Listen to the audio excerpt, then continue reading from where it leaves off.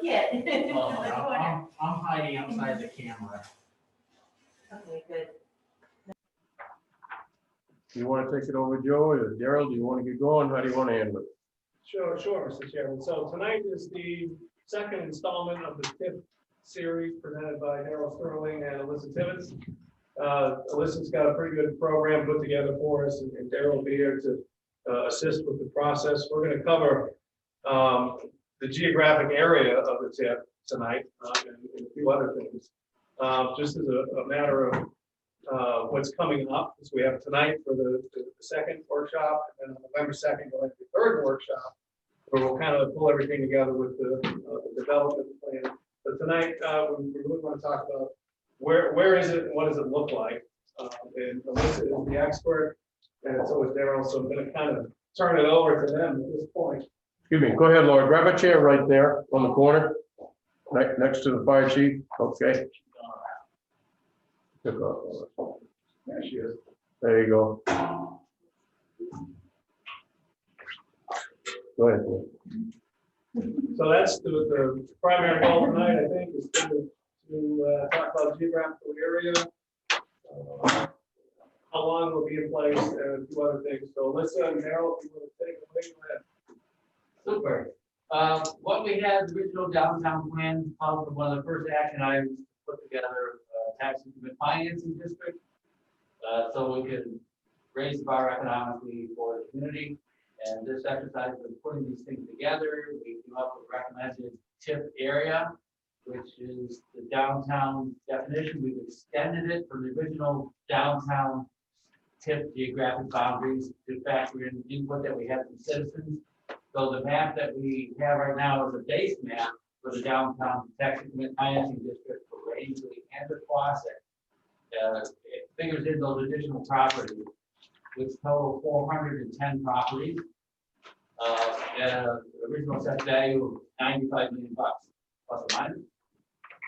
And so that is where we are, and we're looking at, do we want to use this as a geographic boundary for now for our very first TIP for Rangeley, and have some other input as to that issue, so it can be decided. Then we need to adjust the development plan accordingly, that we take those financial values with the action items that we want to spend TIP dollars on, such as streetscapes, infrastructure, and so forth, and broadband, and several other things that are in the development plan now.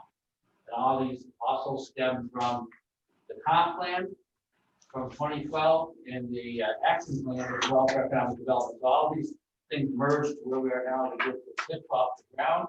We have some setbacks, of course. We don't need to go there with COVID and a few other things. So we're there to capture the value and get the application hopefully approved by the citizens here and get it submitted in mid-March, so it's all approved before the deadline. Otherwise, we have to lose another year of assessed value if we wait.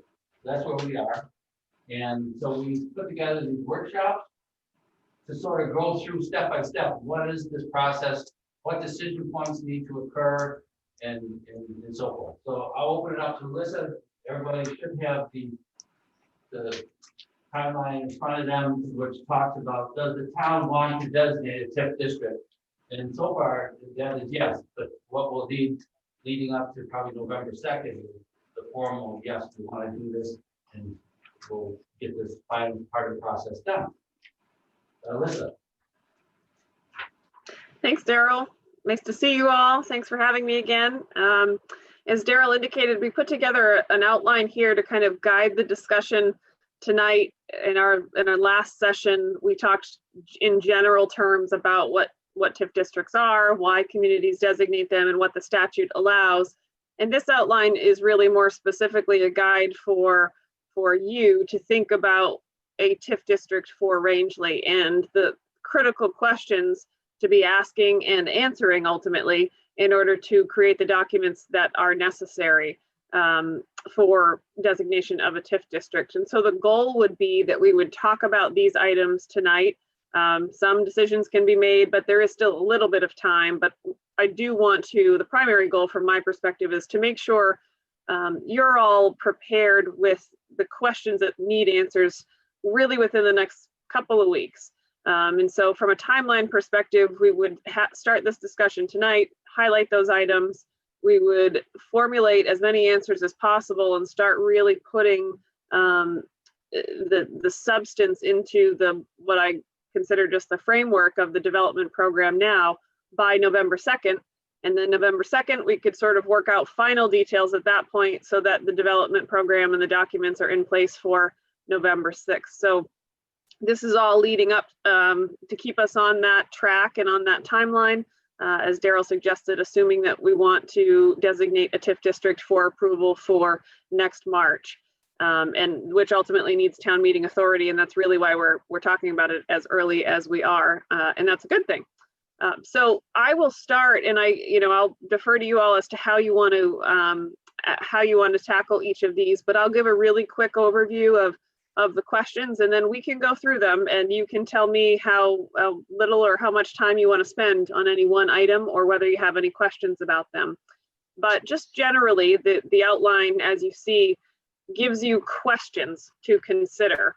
The first being, of course, do you want to designate a TIF district? And then from there, assuming that the answer is yes, we really look at the pieces of the statute that we are required to incorporate in a development program. And so that is, in a general sense, where the TIF district is, how long it will be in place, how much value you want to capture, what you want to do with the tax increment revenue from the value that you capture, which contains the bulk of what we'll be discussing about in that one category. And then where we go from there, which is largely what I just outlined in terms of next steps for a timeline. So even though this is 5 pages long, I will tell you that I think that the majority of the discussion, it really makes sense to focus on, one, where will the district be located? And then I think it's typically a quicker discussion of how long do we want it to be and how much value do we want to capture? And then the longest part of the discussion usually is, what do we want to do with the tax revenue from this district and what can we do? So I know Daryl's prepared a map and I might defer from that point. Give me 1 second. We got some hand waving here. Sure, sorry. The next one on the follow along. I couldn't get that. Extra one, I have that. in front of me. Let me turn this up. I I had to turn it down. He wanted an extra. If there's any extra of these to go. To follow along. To follow along. Tracy went. Maybe we can have that one, and we can fire it back up, and I'll just take this one back. Okay, carry on. Okay, sorry about that. It's hard to see what's happening on the screen. So I'm, the first question I'll ask, just to be sure we're all on the same page, is does the town want to designate a TIF district? I mean, we've had multiple conversations, so I'm sort of assuming that's a yes, but I'll just pause at least for there to be any conversation in case it's not a yes or there are any questions about that. So one of the things, Mr. Chairman, that the board had asked me to work on, which I am working on, is kind of a synopsis of what some other communities may have gone through the TIF process.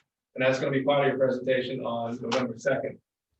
So it is something the board is thinking about in terms of, did any communities have some issues or some failures or some struggles or some things that they would advise us to do. So we are looking at that. And we will have a presentation on November 2nd. So I just wanted to put that in there. Start with you, Shelley. You have concerns about continuing forward with this process? No, I think I do have questions, but I think it will all be answered within. Would it be safe to say from our perspective that this is an important enough topic that it needs to be in front of the voters? I would agree with that. Yeah. Yes. So the answer is yes, until it gets to the voters. Great, that's fair. That's perfectly fair. So moving at least from that general basis of we're interested enough to pursue, then you really get into the details of, if we agree that we should do this and the voters agree that we should do this, what do we want to put forth for a proposal? And so the first part of that really is where would this district be located? And that I might turn to Daryl here because I know that he was working on a map, and I might let you describe some of the options there before we get into the details, Daryl. Thank you. We had an original TIP district for Rangeley and Quasic. And based on citizens' input, we did trips out into the field to look at the geographic area of Rangeley and Quasic. And we noticed that some other parcels should have been included in the downtown TIP. So we did expand the downtown TIP district boundaries to factor in some parcels toward Bloom Lake Road, Dallas Hill Road, and some other areas in the compact downtown area. We also looked at Aquasic, but we didn't see any additional parcels for Aquasic that weren't already in the downtown TIP boundary map from the downtown plan. So looking at the Rangeley study area, this is what we're proposing as the downtown TIP district. And you can see at the far left, there's a little panhandle coming up Bloom Lake Road. And one of the key questions is, well, couldn't we call the downtown TIP the super TIP that would connect the airport, but it doesn't pass a straight face test to be a downtown TIP. So how we split the difference with that is that in the main statute that allows us to do some expenditure outside the downtown TIP boundaries if they're necessary or important to the economic mission of the downtown TIP. So we thought to get our first TIP off the ground, we should focus on getting the downtown TIP with these new boundaries, and then have some feedback tonight if we need to perhaps mark up one or two or a little bit more on that map, possibly that are developable areas that we missed on this second improvements to the downtown TIP boundary. So that's where we are. And so what we've done, working with the assessors, we did the appraisal, we pulled all the property values and we've matched those values to this geographic area that we have here. And so we have roughly, could be off by one or two, but 410 parcels at the assessed value at 95 million and change for the total area. That includes the Aquasic area as well. So that being said, then we need to determine if there are any other additions tonight to discuss to possibly be added, or if we're okay to go with this for our initial downtown TIP and then build on that. That's where we are. Questions? Cindy? I thought there was some discussion initially, and maybe this got waived, but it was, we have an industrial zone area that is not being utilized for anything, with the hopes that it will be in the future. I don't think, I mean, it's just beyond the airport. It doesn't make sense to capture the airport because that's federal. It's not taxable. It's not, but just beyond the airport, there are some industrial zoned areas that I didn't know, if that had entered into the discussion. And yes, yeah, that entered into the discussion, and we looked at a couple of different strategies that could work. One is that we could support economic infrastructure in support of job creation, and it's necessary to help the density with downtown, even though that's outside of the downtown district. The other piece is that we could do a site-specific TIP for that area of the industrial park that's earmarked just for that, and submit a second TIP.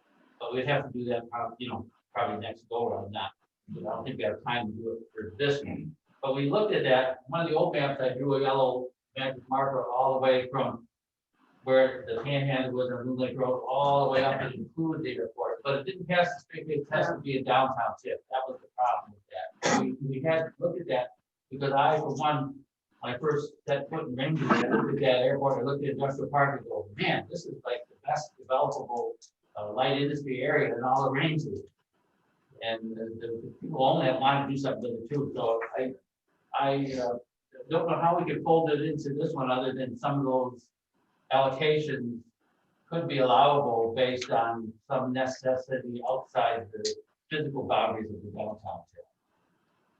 I don't know if that answers your question. No, it does, yeah, it does, and I would, yeah, I would think, I mean, Shelley looked into the Kingfield TIF, and that was specific to a large project, but I think we would have enough notice Yeah, to work a separate TIF if, Poland Spring wanted to bottle in our yeah, industrial zone.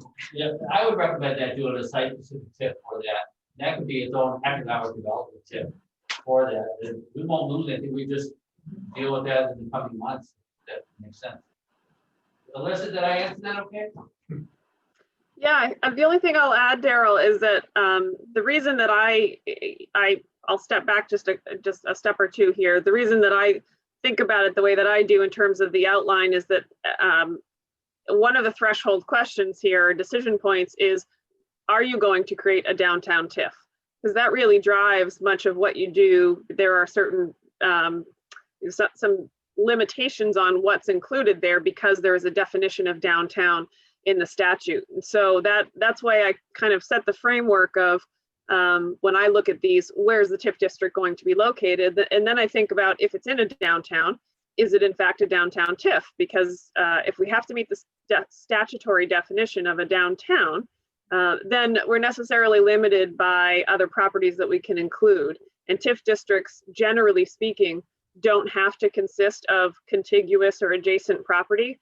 So under other circumstances, you could have an industrial park in one area of town, another commercial park in another area of town, actually be within the same TIF district, even though they're not adjacent to one another. But when you're creating a downtown TIF district, if you look at properties that are not adjacent to or contiguous with the downtown area, you have to make sure that they still meet the definition of downtown. And that's harder to do the farther away they get, because the geographic proximity is just sort of a necessary element of the definition of downtown. And so I know there's already sort of been discussion in the, we're kind of on track for a downtown TIF district, but that is a key decision point to make sure that that's the direction you want to continue going in and creating a downtown TIF district with this TIF district. And then that will lead itself or lend itself to the discussion about whether there will be other TIF districts in the future and how those look.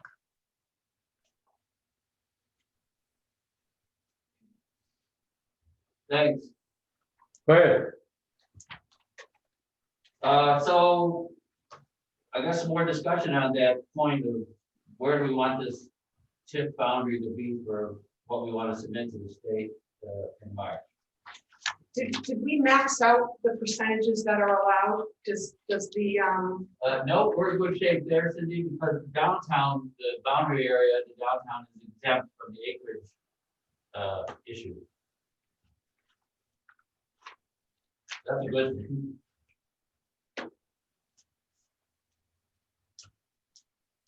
Any more discussion on the? Hang on, before you go any further, in terms of boundaries, you want to take a few minutes to look at it, make some suggestions if you want to see boundaries increase, decrease, include, exclude.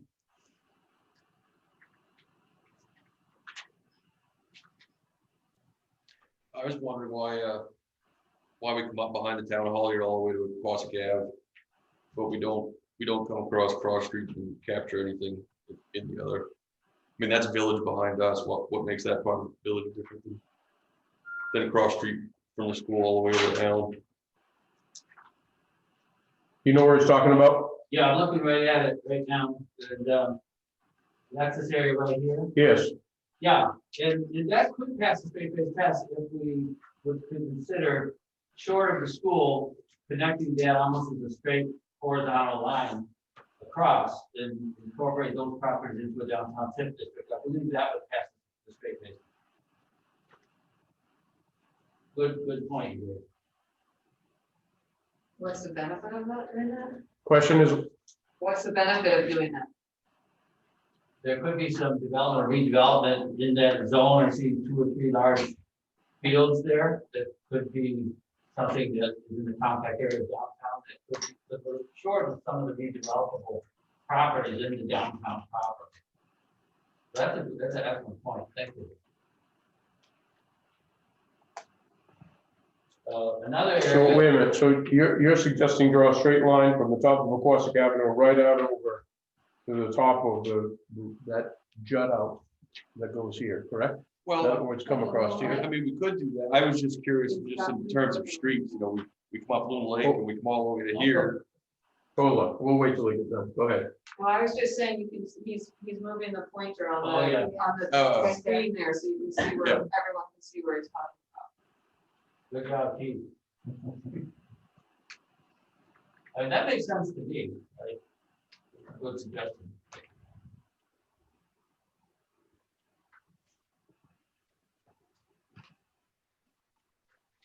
Other points on that?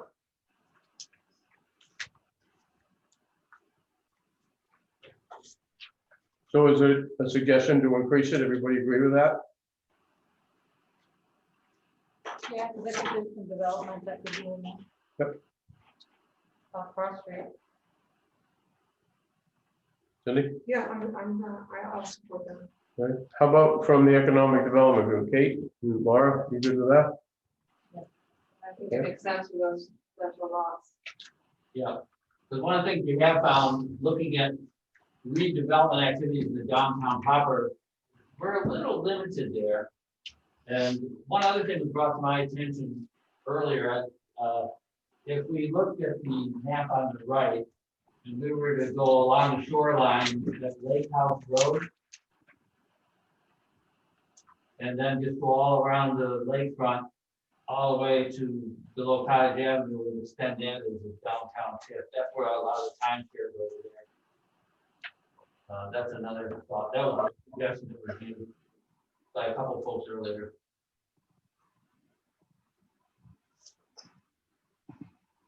Because there may be in the wind some developments happening. Yeah, that would include where like Philstone cottages is.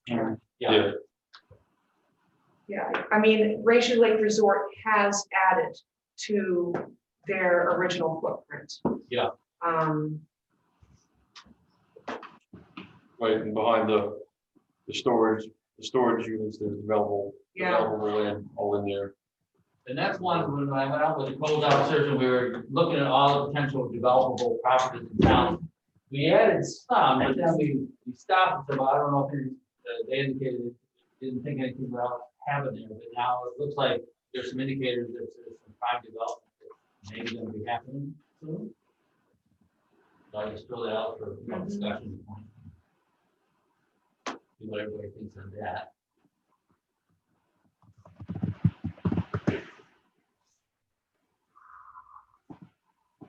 Yeah, and city water runs through the woods from 3/4 down Lake House Road. It ties in over on the Sunset Lane, then it continues over and ties into the resorts and the loop there. So there's infrastructure already put in Yeah. in the woods through there. And what's good about that, the benefits is that utilities in the town both have increased taxes and also user fees for the sewer water. So there could be a multiplier with the development in that area. And that's one we just didn't catch the first and second go round, but that could be definitely a straight base test because this downtown line right back around to the main. All right, so that I'm clear,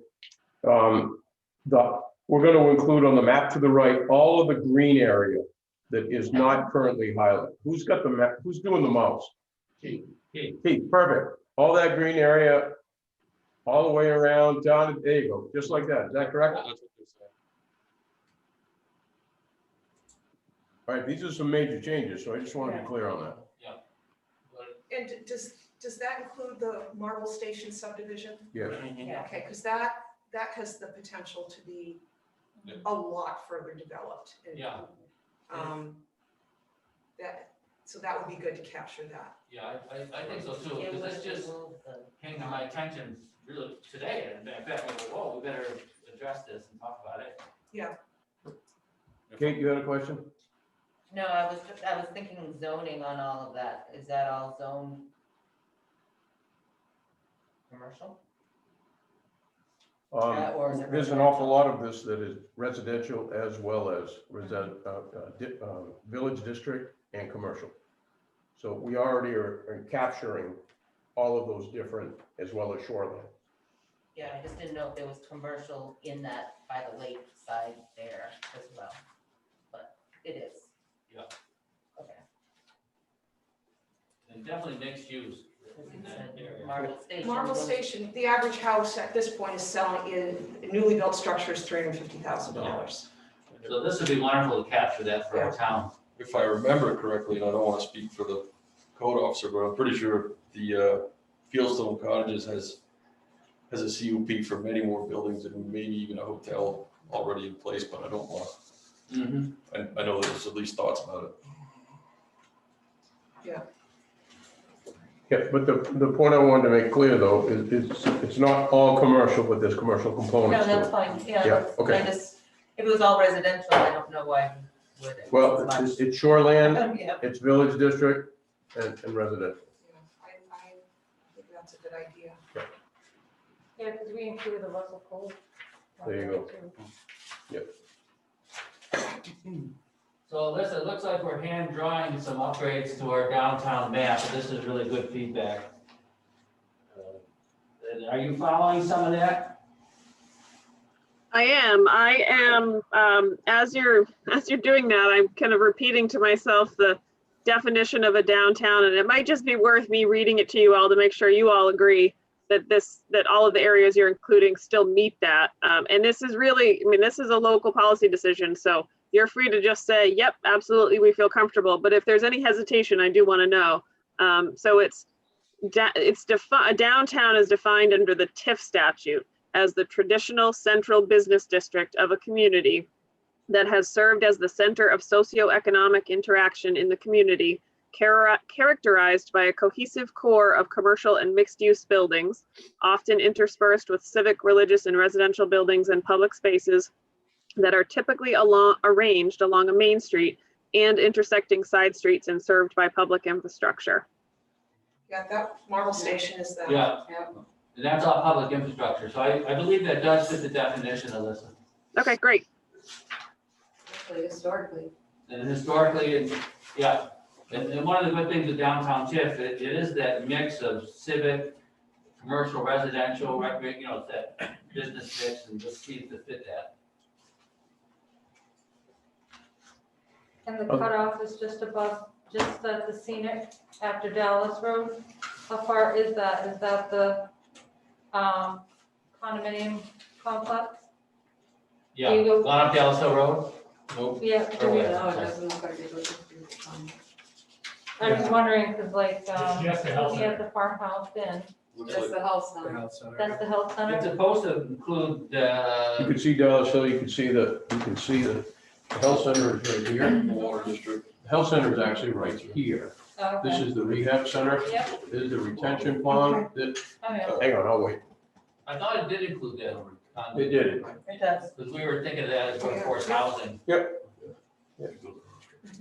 Because we did adjust that boundary out to include that, but thanks for looking at that. Sorry, because I mean, just thinking that there's three businesses that are still along the same side on the water, You mean this parcel here? like coming down, like where Loon Lodge into basically the farmhouse.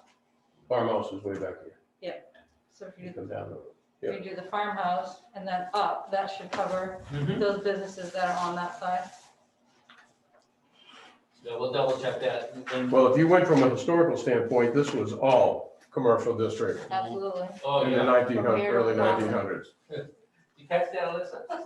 Well, it Yeah. was. I mean, Davis Lodge and all the way down to Greenville Cove. There were Right. sporting camps and housekeeping lodges and boarding houses and gas stations.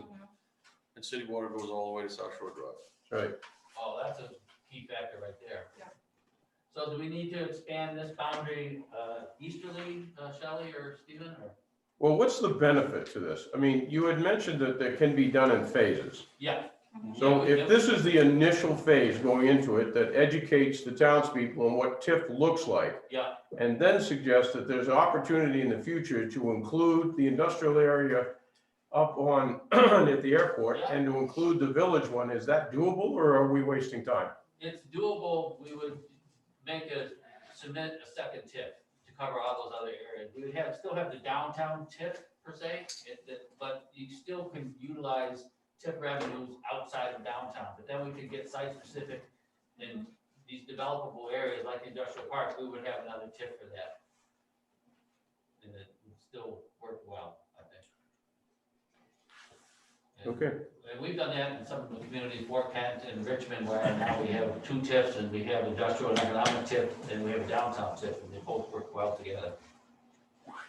I don't know, when I picture the downtown is where I see people walking. And it's from then The to, spaghetti strip. right, Cemetery Hill. Yeah, and that's usually, that is the general Right. approach to a downtown TIF, but then you have lots of activity in those neighborhoods when you go 3, 4, 5 streets deep. It's still a combination of commercial, residential, and churches and civic building, you know, it's all part of that mix. I think we passed the straight face test for that. any other questions? Not cutting you short, just want to make sure everybody has an opportunity to be heard. Are you in agreement with this discussion as you hear it so far? Yes, I mean, I ultimately need to make sure it complies with the statute, which is why I, ask the questions that I do, and I trust your decision and historical knowledge in particular about the uses. I'm perfectly fine with expanding a downtown district to intersecting side streets and sort of going off the main artery. That doesn't concern me at all. So I've seen plenty and done plenty that are much larger than that. But I do like to be sure that if we get questions from DECD, that we've gone through the whole process and we're really comfortable that we can respond to any of those in terms of that designation as a downtown TIF district in particular. So I just like to have those, that assurance up front. And it certainly sounds from the conversation that you've just described that all the elements are met. Okay. Thank you. Do we have a consensus to make these adjustments? Yes. Yeah. I think procedurally, Mr. Chairman, what we'll do now is that we kind of know where you're at, is we'll work on this as a group over the next week or two, and work with the assessors too, and get that information put together, and that'll be part of your third workshop. So procedurally, that's what we'll do next. We'll incorporate all of these new parcels, get the values, redraw it, and work that into the presentation for November 2nd in terms of the geographical area. I think it would make a great deal of sense too, Daryl, if in your meetings henceforth, prior to the next public hearing, you also give sort of like a blue line down to everything Shelley and others have described going down Route 4 towards the outer edges of the township of Rangeley.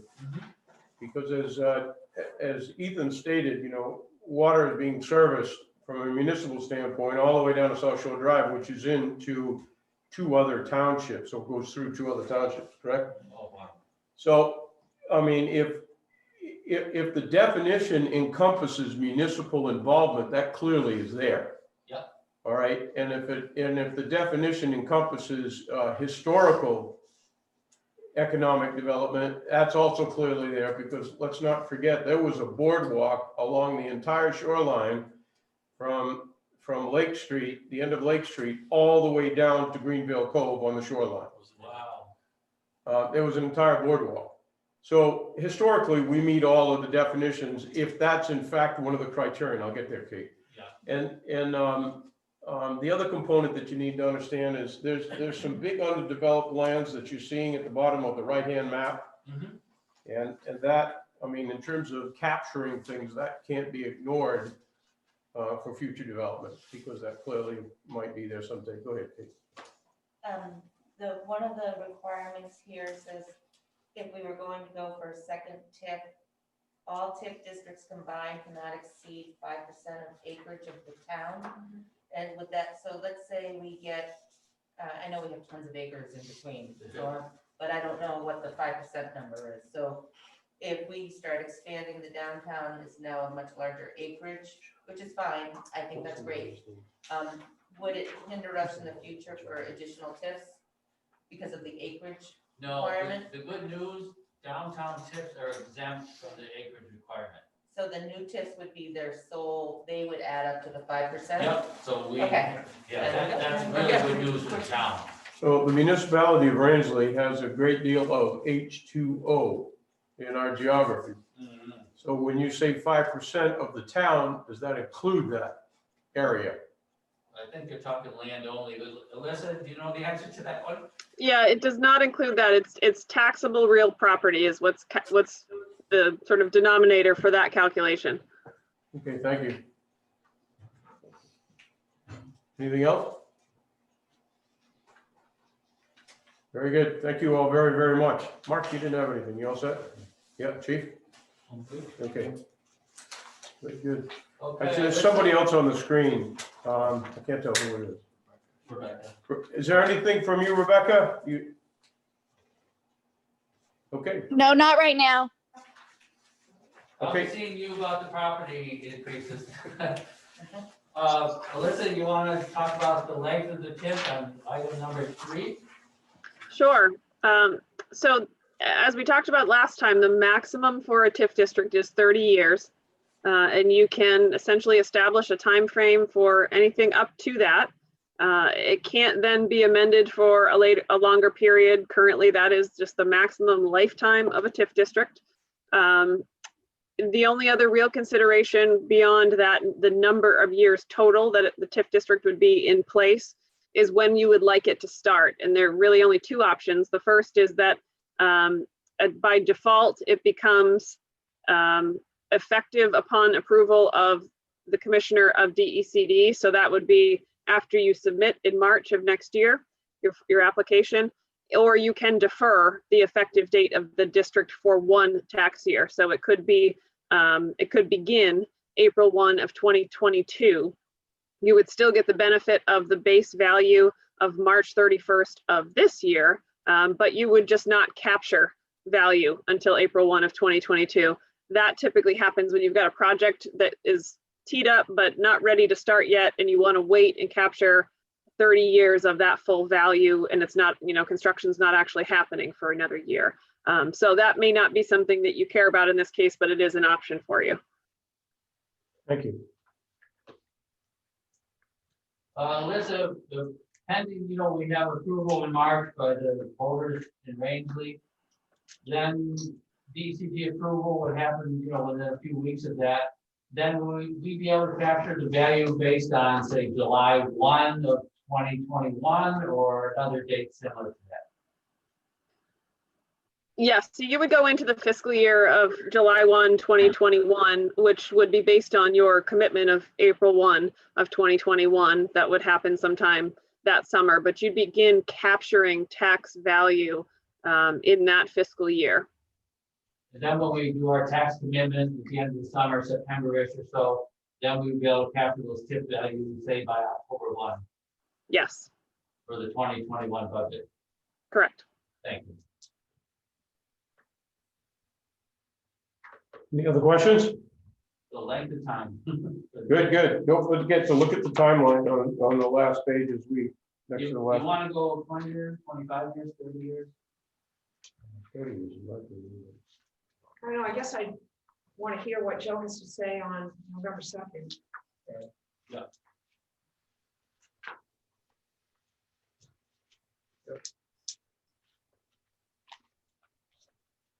I think that would work if we have that discussion on the 2nd, Alyssa, right? Then we can incorporate that duration into the final document, the development plan. Right? Yeah, that's fine. Typically what this matters for are the tax revenue projections and tax shift calculations that we have to do. I will just do those for 30 years anyway, and so that we'll only use what we need for purposes of the application. So that's not an issue. Excellent. Okay, in terms of timeline, November 2nd is the next workshop. November 6th, finalized development program. The 16th, public hearing. The TIF district. December 1st, warrant article. 21st, Board of Selectmen approved the warrant. Should it get that far? January 9th, the town clerk for printing. February 9th, absentee ballots would be available. Town meeting on March 9th. Submit application to DECD on the 19th of March. Anything else, Daryl? I'm all set. This has been really good feedback tonight. I want to thank everyone. Thank you, Now we Alyssa. really Appreciate have your input. Our roll up our sleeves works to do over the next few days. I'm sure. Can I just ask one more question? Sure. There were two other questions for discussion if you want to have them tonight. One was how much value you want to capture, the percentage. And that's number 4. So the increased value in the district, you can choose how much of that you want to actually keep as tax revenue in any given year.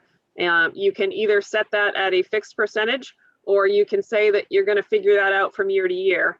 But that's a discussion you might want to have between now and November 2nd because we will have to specify that in the development program. Alyssa, with that, we could be authorized to capture 100%. And when you're doing a new TIF and you're ramping up a new TIF with incremental values coming into the community, is it usually it takes a year or 2 or 3 to sort of ramp up on the in most cases?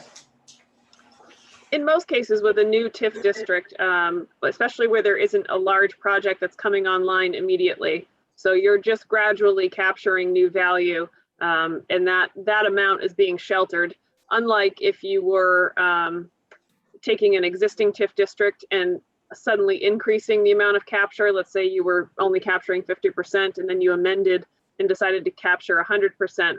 That's value that's on the books that's currently going into your general fund that you're just shifting at that point. That has a much larger impact than what would happen here, where you say we're going to designate 100% capture of all new value from this point forward. That's not currently tax revenue that's going into your general fund. So the impact is not, you're not shifting the revenue. It's in fact new revenue going forward.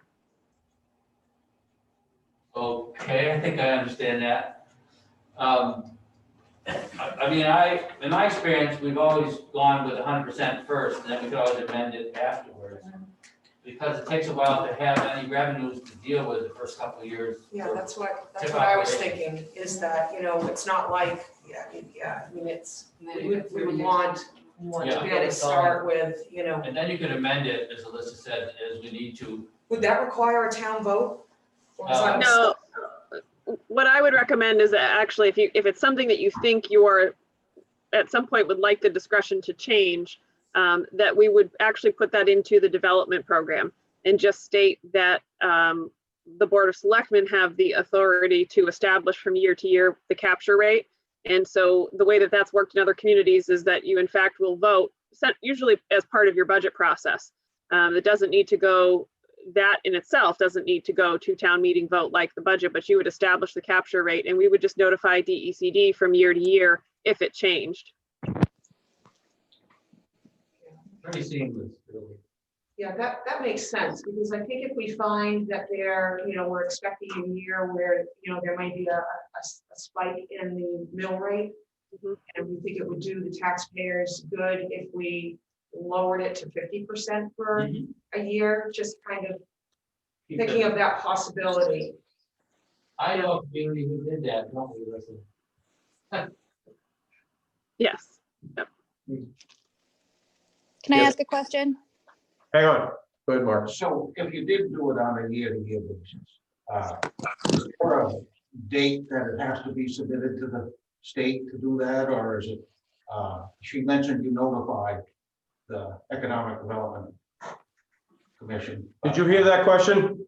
Yes, I did. Yeah, so that's more of a notice to them. For your purposes, it will need to happen before you're committing taxes. That's really your timeline and what you have to provide to Maine Revenue Services along with your valuation and your tax commitment. So that's the date before which you have to decide what you're capturing.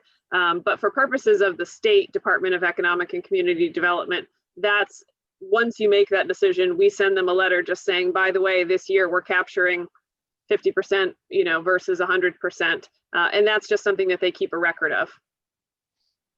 Rebecca?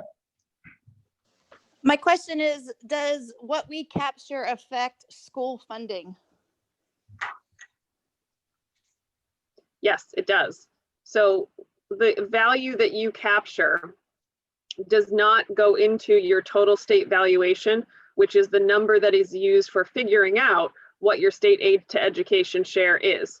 So ultimately, your valuation as a town looks lower for purposes of the education funding formula than what it would look like with the value that you are otherwise capturing in the TIF district. And Rebecca, it also has a benefit for our county tax commitment as well. Okay, and one last question, and I know we discussed this when we had the meeting prior, but I guess it's something that we should discuss with the selectmen is in 30 years, what does that process look like going from us capturing, say we stay at 50% or 75%. So at the end of 30 years, now we're capturing nothing. What does that process look like to our mill rate? I would suggest it be phased. Yeah, A Yeah, I- five-year phase, you know, from 100 or 75% on down. Just, you know, budgets for, I mean, Rebecca makes a good point, all of a sudden, yeah, our county tax valuation goes up and, you know, we're gonna be hit harder and, I mean, it would help the mill rate if we captured less. yeah, and that's where it's just good planning for the future, to Yeah. to ramp up and then ramp down, to make that transition. And then by that time, we will have achieved some economic development successes in the community that have raised the rising tide would lift things up, and then it's not sticker shock. And that makes good sense. And I think there's the flexibility to do that throughout this whole process, which is good. Alyssa, I'd like to hear your response to that question from Rebecca regarding how it affects not only the school, but the mill rate, and also if you could chime in on county tax as well. Sure, absolutely. So over the course of the TIF district, the answer that I gave with respect to school funding is true for county taxes as well as state revenue sharing. So those are the three items that when you're sheltering the value, whatever it is of new value in the TIF district, those three funding formulas are now not accounting for that new value. And so your county tax liability is going down. Your state revenue is theoretically more than what it would otherwise be. It's not necessarily increasing, but it's certainly more than what it would be if you didn't capture that value. And the same for education funding. And so that's happening every year of the district. And then over the course of up to 30 years, if you create or the district generates a lot of new assessed value and a lot of new property tax revenue, and you don't plan within the last 5 or so years of how you're going to incorporate that back into your general fund, it's a huge impact at the end of 30 years, especially when you have a lot of value. So all the value all of a sudden is part of your total valuation for purposes of that tax revenues going into the general fund rather than in the TIF district. And that valuation is being factored into your state aid to education, your municipal revenue sharing, and your county tax. So you have to do sort of the net impact analysis of what your value looks like. And really, I mean, it doesn't hurt to be doing that in the last 10 years of the district and figure out when you want to start phasing in it, at least doing that calculation and understanding what the impact would be if all of that new value went onto the books and the revenue went into the general fund as of the end of that year, so that you have a sense of what the impact will be and then how you can actually gradually phase into having that revenue back in the general fund and no longer captured. Well, you've given everybody some things to think about. I want to thank you, but there's one point I want to make. Where we get virtually nothing for the school, this could be beneficial in terms of how it's going to impact the school budget. Agree or disagree? Oh, I agree. Yeah, that's absolutely a consideration that many local or municipalities have for that very reason. It's, as I said before, the policy discussions about the state aid to education formula in and of itself and how funding occurs and, whether that's, right or wrong or better or worse. But this absolutely provides or gives a municipality the option to retain tax revenue locally and use it in ways that benefit the municipality versus having the impacts of whether it's state or education funding or a reduced revenue sharing or an increased county tax. Those are significant considerations and impacts to the municipality. So that makes sense to me. All right, anything else? I just like to mention, I think it is probably a good idea to deal with that on a yearly basis, because then you'd have the opportunity to look at the total increase in valuation in town and see how much of it is occupied by the TIF and how much is outside the TIF. Because if it, say it was almost all inside the TIF district, some regular taxpayers would get the brunt of the mill increase and no benefit from any of this increased development. And, it should be set up so that everybody benefits from this, not just the people invested in the TIF district. Yep, very good point. Very good point. Anything else? Kelly? Ethan? Sydney? No. Okay, thank you all. Appreciate it. Thank you very much, all there There's out in one Zoom. more. This is number 5. Yeah, number 5 question. Oh, yeah, number 5. Oh, you have more you want to go through? What's that? She said she had 2 questions. Well, no.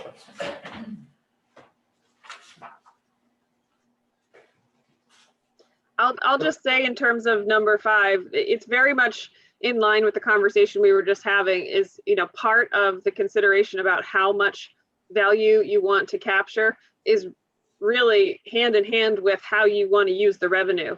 And one of the things that I caution communities about, especially if you know that you have a lot of new value coming online, is you have to be able to spend the revenue, and you have to be able to spend it on authorized project costs. And so just capturing value for the sake of capturing value doesn't always make sense if you don't have identified projects to spend it on that fall within the authorized categories in the statute. And that relates to the conversation we were just having about really how much do we shelter? How much does it make sense to shelter? And how do we make sure that this new value also has a benefit to other areas of town beyond the district? So if we wanted to improve internet service, would that be restricted to the TIF areas? No, so it can be beyond the TIF area. There are other limitations on broadband service in terms of what the level of service is now, whether there is a portion of a commercial component versus just residential. You can actually provide certain access to residential, but there are limitations in the statute to that. But generally speaking, to answer your question, that does not have to occur just within the district. But there needs to be a commercial focus or a commercial aspect to that, that improves broadband service. In most cases, and then there is also a caveat with respect to the availability of nearby service. So there are a couple of different components that we'd have to evaluate for each area that you might be looking at. We can do that in the context of the development program and see if there are certain places that you can identify that meet the various restrictions in the statute. We can certainly do that analysis. If that's the case, then TIF becomes more restrictive to town of Rangeley than beneficial relative to broadband. So that's one of the things that's really important to know. You can't handle the neighborhoods because they're outside of the TIF district. In terms of payment, it becomes restricted. But if it pays partial. Well, it's that's still not less what, that's restrictive. not the identifier here. That's what I was going to get to, but can there be partial application to the TIF application relative to broadband in terms of financing? Meaning a portion, fund a portion of it rather than all of it? Correct. So you can, with almost every project cost, you can prorate, and often we do prorate amounts towards projects that are outside of the district, because we have to make that link to economic development or things that are otherwise connected to activities within the tax increment district. So we frequently will prorate costs of projects. Broadband is an area of the statute that was added last year. So this is a very new project cost. So I can't say how many municipalities have actually used it and in what ways they've been using it, because there are only a couple of districts that have been approved with this project cost authorized since it got put into the statute. And I'm not sure, I haven't seen any projects actually undertaken to use these funds, but the statute allows broadly the costs associated with the broadband expansion projects, which could include preparation, planning, engineering, et cetera, that are related to those. The limitations that I was mentioning is that if the project is in an area that is what's called unserved in the statute that's otherwise defined by broadband service currently, and that has to be defined by the Connect Me authority, that it can serve residential and other non-businesses or non-commercial areas, but it has to be identified as one of those unserved areas by the Connect Me authority. And so that's the analysis that we'd have to look at within Rangeley and within the areas that you are considering. And so that's an important discussion. If this is a keystone project for you as part of the TIF district and something that you really want to set as a high priority, then we should definitely take a look at that as we're defining the project costs.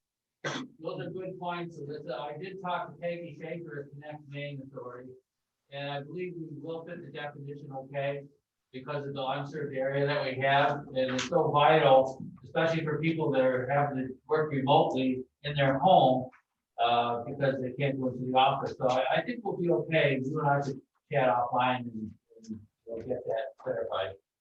Yeah, let's not forget education remotely too. Absolutely. That's thanks, Dave. Number 6. I thought we had filled all those blanks in. This is the number 6. The draft development program. So number 6 is really just where we go from here. And actually we have the draft of the development program outline already in place, and the discussion that we've had tonight and what we'll continue discussing on November 2nd will fill in the rest of that. But from my perspective, 1 through 5 were sort of the substance of and takeaways that I was hoping for this evening. Number 6 is kind of just where we go from here. Okay. Very good. 2 minutes left. We all set? Good. Bring the meeting to a close, and thank you very much, everyone. I appreciate it. We Thank all you. appreciate it. Any more reading glasses? Thanks, everyone. Yep. Thank you, Darryl. Very nice job. We're getting there. Yep.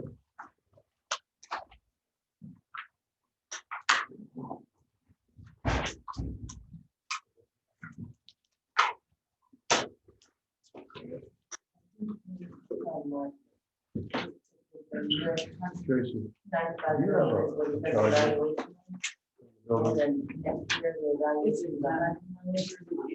Apple. Smartphone. Right, so it's not right now, we're not, but million is not being, so.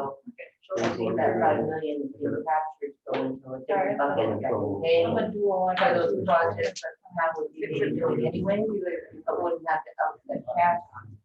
So it might help the mill rate for everybody as well. Yes. Right, so it might not necessarily Yeah. hurt the mill rate And and everybody else, but if it's paying for increased sewer or broadband or something, like, yeah. That's how I feel. my point is just that, say, $1 million in all candidates. It's completely outside. But, Example of like someone's property, not, I mean, in just there, do it in there. had the ability. Improvement. In there. Where the money went. Yeah, oh, yeah, I Wanted to think get so. people to break the Voters middle are rate visual. by having Yeah, that the money's not Like, like they here. have 30%. Just what public construction or development. Work in progress. Someone doing That's all I development. was saying. Yeah, no, It's I nice think to have that it's, much. And all the rest of them. Just thinking that if people that are visual, I think that. You got a helpful daughter. We'll sell it better.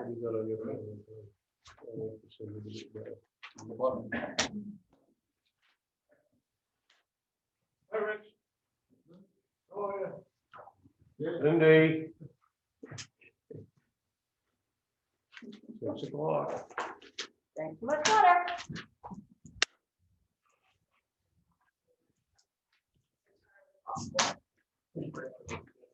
You ready? Yes. You can all join me for the pledge of allegiance.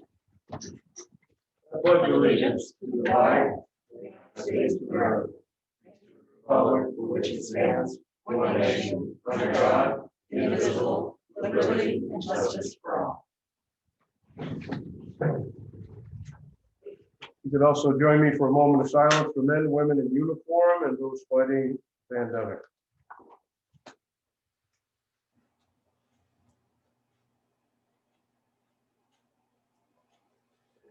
Thank you. Before we start the meeting, my fellow board members, I may have to step out if I get a phone call. I have something that's happening in 2 different planning board meetings, but let's hope that they don't call me. I will call the meeting to order at 2 minutes after 6. Just had a wonderful workshop or tip. I thank those who participated. Adjustments to the agenda. We're going to have a presentation from Nick Sampson, Revision Energy, and then we will take action on it or not in the consent item number 6. Nick, are you with us? No, Nick. No, I talked to him today. I know he planned on coming in, so zooming in. Is he trying to get in? I have it in here right now. You want me to wait a minute? If you like. Tell you what, while she's doing that, let's move to review and approve the minutes from September 21st, 2020, regular meeting. Mr. Chair, I make a motion that we approve the regular meeting minutes from September 21st, 2020 with any additions or corrections. Second. Moved and seconded. Corrections, changes? All those in favor? October 5th, 2020, regular meeting. Thank you. I'll make a motion that we approve the regular Board of Selectmen meeting minutes for Monday, October 5th, 2020. I abstain. Then I need a second. I'm a second. Thank you. All in favor that can vote. Thank you. I'm voting. Don't worry. I've got this. I know you took a little hiatus, but I got it. You miss one, I gotta pay attention to the other. No, you don't need to worry. Okay, anything from Nick yet?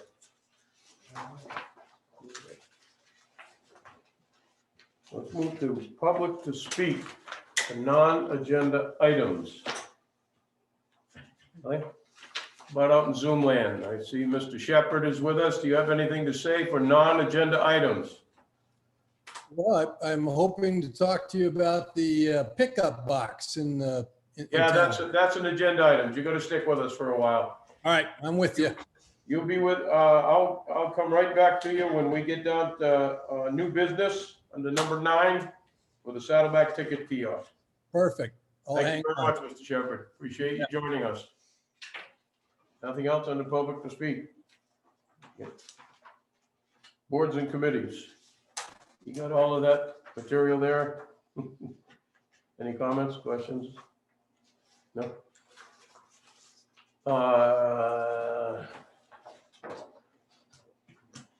Let's move to appointments, Airport Commission. We have 2 of them.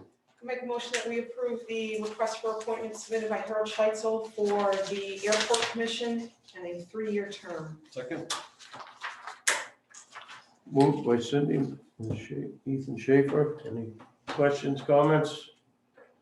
You'll notice that the phone number and whatnot was redacted. Thank you to the town manager for doing that. All in favor? So moved. Keith DeChambeau. Mr. Chair, I make a motion that we approve the request for appointment for Keith DeChambeau to the Airport Commission for a term of 3 years. Second. Questions, concerns? All those in favor? Thank you.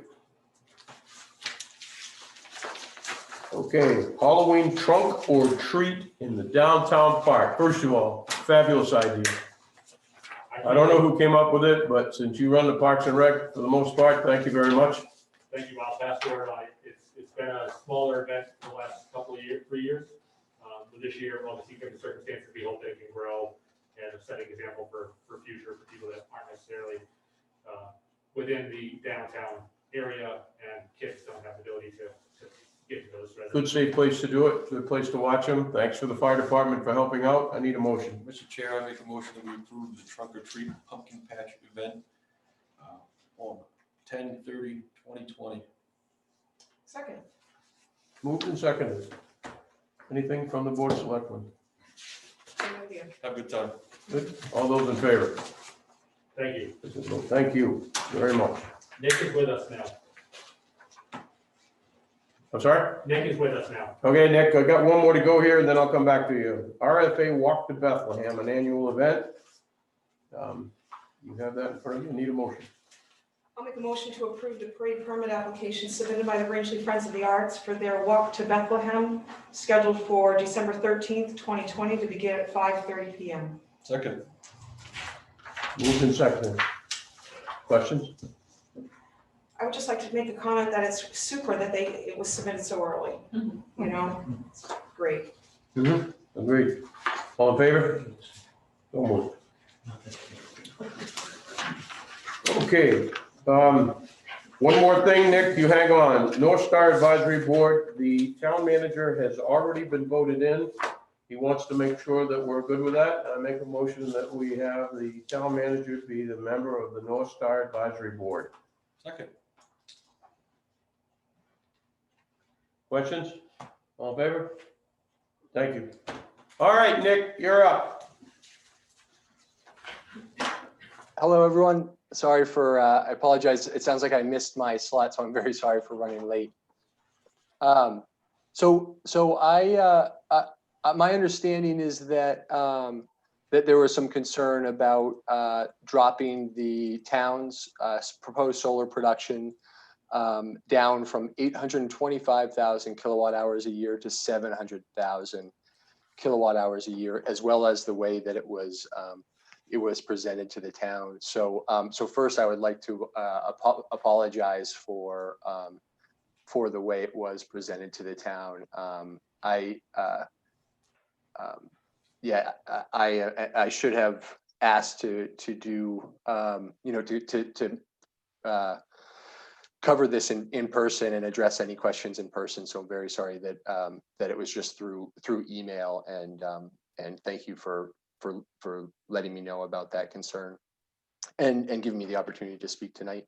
And so to just explain that change a little better than before, basically the reason for the change was because originally when we provided our proposal for the proposed 825,000 kilowatt hours of solar for production for the town of Rangeley, we had not done a full review of the town's CMP bills. So we were working with the town on trying to collect those, but we're using a number, an estimate for CMP expenses that was $125,000, and it was based on some I think just a rough idea of what the town uses, and with the understanding that we were going to collect the CMP bills and do a further analysis and refine the production number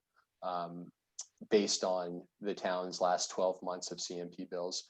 And I could have done a better job of clarifying that there might be some refining of the total solar production that we recommend for the town. So I apologize for not doing a better job of clarifying that. And so we took that $125,000 figure and said, all right, so we're going to propose, we recommend a 15% buffer between what the town receives for solar credits on an annual basis and what the town actually spends. And so taking an 85% or a 15% buffer and targeting 85% of that $125,000 got us to proposing 825,000 kilowatt hours of solar each year initially. When we collected the actual last 12 months of bills for all of the town's CMP accounts, the annual expense that we found on those bills was $106,438 over the past 12 months. And so we we basically said, well, it's okay, so that's less than we were originally expecting. And producing 825,000 kilowatt hours a year would actually offset almost 100% of those expenses. And so we recommended dropping the solar production for the town down to 700,000 kilowatt hours a year to offset 85% of the $106,438 of expenses that you had on your CMP bills over the past 12 months. So we weren't necessarily changing up the offset percentage and the buffer that we were proposing to the town, but we just had, after doing a full review of the CMP bills, had a better idea of what your actual annual electricity expenses are with CMP, and because they came in lower than we were originally expecting, we reduced that solar production amount. And sorry, and I could pause there for questions, but I think I can also chat a little bit about why we typically recommend a 15% buffer between what you produce for solar credits on an annual basis and what you actually spend. But I can do that in a second and hold up there for questions or comments if you have them. Anything from the board? No, I think it makes sense if he's basing their recalculations on actual numbers as opposed to what was, an educated guess earlier. Makes sense. Anything from the audience? Nick, let me ask you a question. On the third, 1, 2, 3, 4, 5, 6 paragraph down, last line, your concern is lose credits. I think the key to this is that we would be paying, expected to pay at the 100% level for something we're not going to get back. Is that a correct understanding? Yeah, that's exactly right. So under the power purchase agreement, you're purchasing this amount of solar electricity, and under the agreement you're purchasing 100% of that. And so that's even if you don't see a credit on your say you don't use enough electricity to use all of those credits, you would still have to purchase 100% of that solar electricity. And so the way it works with CMP is when you have a credit, when you produce a kilowatt hour from your portion of the array, you'll get a credit on your bills. And those credits are good for 12 months, and they're rolling credits, so they'll roll into the next calendar year. And so most times in Maine, customers are building up a credit bank in the summertime and drawing off of their credit bank in the wintertime. However, the credits are only good for 12 months. So if all of a sudden, say the town's array we have a really sunny couple of years, and the town's array is really cranking away and producing a lot of solar, and your electricity consumption goes down or your expenses go down slightly, if you're offsetting a large portion, close to 100% of your electricity costs with your solar array, you might be at risk of some of your credits expiring and you losing those credits. And so if the credits expire, unfortunately CMP doesn't send you a check for those kilowatt hours of solar, they just go away. But you would still be paying for that solar through the power purchase agreement. So the reason we include the buffer is to prevent a scenario where the town would be paying for solar electricity that it isn't able to use on its bills. Thank you, Nick. Any other questions? Nope. All right, Nick, hang on. We're going to be moving to you in just a second here, and we'll go over it. Okay, thank you for your presentation. Yeah, thank you so much. Okay, hold on. And the consent items of revision is number 1 in number 6 category. Any further thought process on this?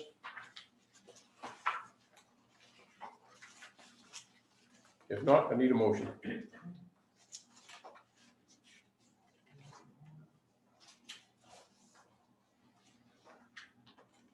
I'll make a motion that we approve Nick Sampson's recommendation that we target 85% of the offsetting of our annual electricity expenses through. So, go ahead, Jim. Go ahead. That was my motion. Okay. Second. Moved and seconded. Shelley, any questions? Either? Cindy, you're all set? Good. All in favor? Thank you. Thank you very much, sir. Have a nice evening, Nick. Thank you so much. Have a nice night. Late next time, or I might not let you speak. That makes sense. I'm sorry for being late. Thank you. See you later. I appreciate it. Thanks, Nick. Have a good night. You too. Thank you. Okay, anything under correspondence?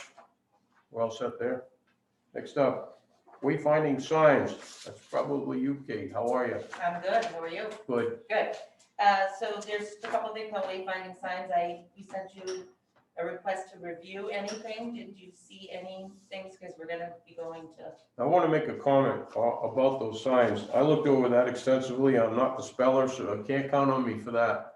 But I think you all did a fabulous job with the whole presentation, with the whole job. I think Rangeley will look very nice with those signs there, and I'm excited to see them up. Excellent, thank you. Yeah, I agree. I just well thought out, very fair, as far as what's identified, and I just did a great job. Fabulous job. Any other comments?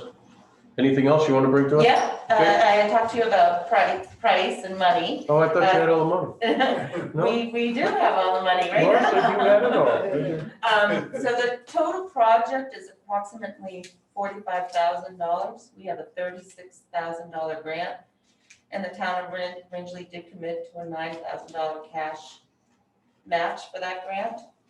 And that would cover all of the materials, all the installation, all the signs, et cetera, et cetera. Yeah. So we would like to ask for $9,000 to move from the reserve into the general funds that were in the appropriate fund so that we can expend it when needed. Our hope is that that $9,000 will not all have to be expended. We are looking at in-kind services to, instead of potentially a grant. For instance, Joe has said that they can do some of the installation work and putting the signs together, and that's a major part of that for total $45,000 bill. We're trying to get confirmation from the grant people themselves that they would take in-kind work, and we'd also need the approval that we can utilize the town resources for that in-kind work. So ultimately, you're looking for $9,000, but it may be less. Yes. So you're looking for So we would like up to to up to $9,000. $9,000. Okay, need a motion. I'll make a motion that we approve the Rangeley Region Economic Development Committee's movement of $9,000 out of their reserve account to the general fund for expenditure for the wayfinding signs. Second. Can I just add one thing, just to bring full circle? You want more money? No. Okay, hang Nothing on, about hang on. that, so, Anything from you? Anything over here? No. All in favor? Thank you. Go ahead. Lynn. Just to bring it back to the last meeting, Chris Farmer brought up the idea about the banners that are put throughout Rangeley throughout the year. And the Signworks and DOT did come up with a solution. The thought is to put basically hooks on the signs, 4 of them, so that a sign could be, with a grommet, could be attached to them. And anyone who wants to put up a sign could go to Signworks and say, I want to put up a sign. Who would approve that, Laura? Have you got to that point? Would it be their expense, at their expense? Their expense. Yeah. But we would have to go through, it would have to be policed to some extent, right? You can't Go say through this it. board here? I don't know. We Let's have be to clear figure about that so out. we know. I don't know that I'm comfortable about the park commission being in control of that. Could you just add something to your event permit that would allow a sign? prior to the Perfect event? idea. Yeah. Perfect. To include. Very good. Nicely done. Thank you. Thank you, Laura. Appreciate it. Anything else? Next up, new business bylaw adoption, first reading, RRE OC bylaws. I would be happy to read the whole thing for you, or if you're comfortable, I'll highlight and paraphrase each paragraph. First up is establishment of the town of Rangeley hereby establishes the Rangeley Region Economic Development Committee. Section 2, appointment. Members of the RREOC shall be appointed by the municipal officers. Shall consist of 5 members. Each member shall serve a term of 3 years, and they'll be staggered. When there is a permanent vacancy, the municipal officers shall appoint the person to serve the unexpired term. Then it goes on to describe vacancies and such. Municipal officer may not serve a member of the RREOC. I, folks, have a personal problem with that. I don't see any reason at all why a member of the Board of Selectmen can't be on this because they're advisory in nature. I just want to put that out there as part of the first reading. Section 3, organization, rules and procedures. Questions of whether a particular issue involves a conflict of interest sufficient to disqualify a member voting thereon shall be decided by a majority vote of the members, except the member who is being challenged. The chairman shall call one regular meeting each month, provided there is business to conduct. A quorum is required to conduct any business. A quorum is defined by the majority of the members appointed. The chairman shall call a special meeting, providing a 24-hour public notice is given. Notice of the public hearing shall be published in the newspaper, etc. The date of publication shall be 7 days prior. It shall be posted at least in three prominent places and town's webpage and 7 days before such hearing. All meetings of the group shall be open to the public. No votes will be taken except in a public meeting, and they shall not hold executive sessions except as permitted by the right to know law. Officers and duties and powers. Officers shall annually select a chairperson, and it gives the time from July 1 to June 30th.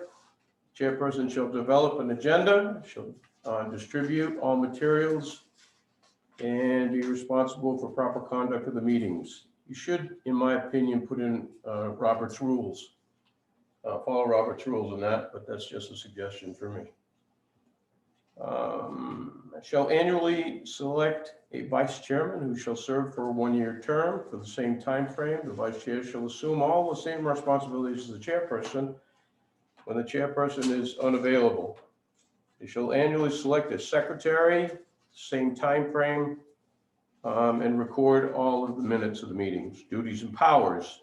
Is tasked with the following duties and powers: advise the town officers of actions, strategies, promote growth, appropriate commercial industrial entities consistent with the chairperson, comprehensive plan, and to serve as ambassadors to the town, promoting regions of available workforce, business-friendly zoning, and other such duties as arise in general purview of these goals. To seek out resources, grants, professional advice, and may be available to the region. That may be available to the region. To promote a healthy village area. They may adopt rules, procedures in addition to Section 3 for transition of businesses, and the secretary should keep record of its resolutions, transactions, correspondence, findings, and determinations. C, they shall file all rules and procedures and subsequent revisions with the municipal clerk. And copies will be provided to the municipal officers. D, may obtain goods and services necessary to its proper function within the limits of appropriations made for their purpose.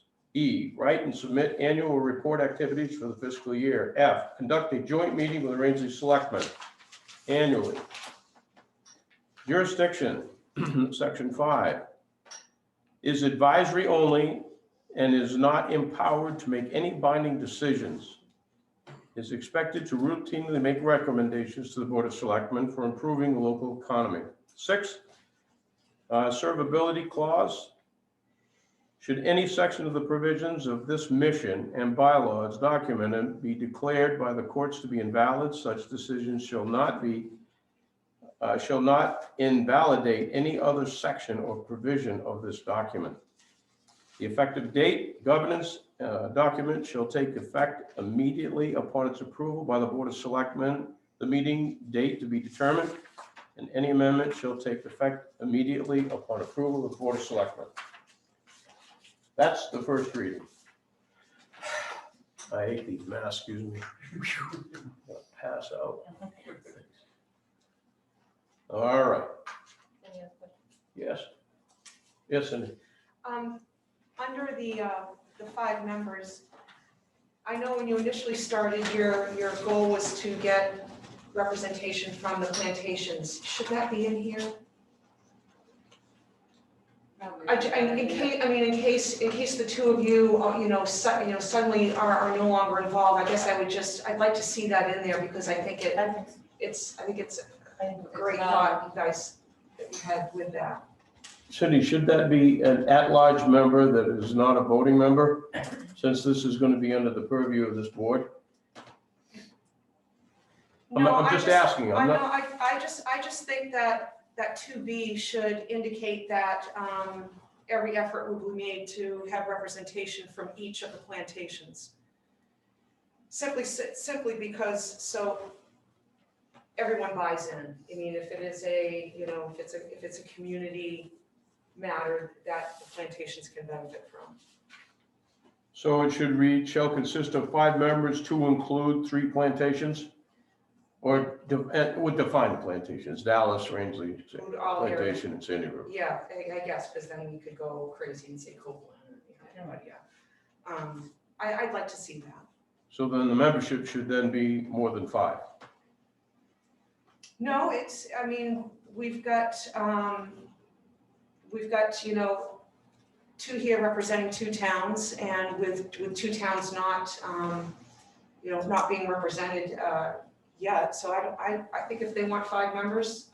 Our 3rd member represents Dallas, so Dawn Fields is our 3rd. We are looking for 2 active members right now. We do not have Sandy River Plantation covered as we speak. But. Well, not to draw too fine a point to this, but if we're going to be making decisions for the downtown Rangeley and you're bringing recommendations, I suppose being advisory, it doesn't matter. Yeah. Okay. And I think you said in every effort, as we all know, it's hard to find volunteers. Yeah. Do you think by not allowing assessors to be a part of the Rangeley Region Economic Committee would further limit you? I think. Well, like municipal officers, is that what we're just kind of discussing? Yeah, assessors are at plantations, they're not selectmen, they're assessors. I think Linda Dexter was on the committee originally, she's no longer an assessor, I think she was at the time. She was never, Linda, right, yes, she was.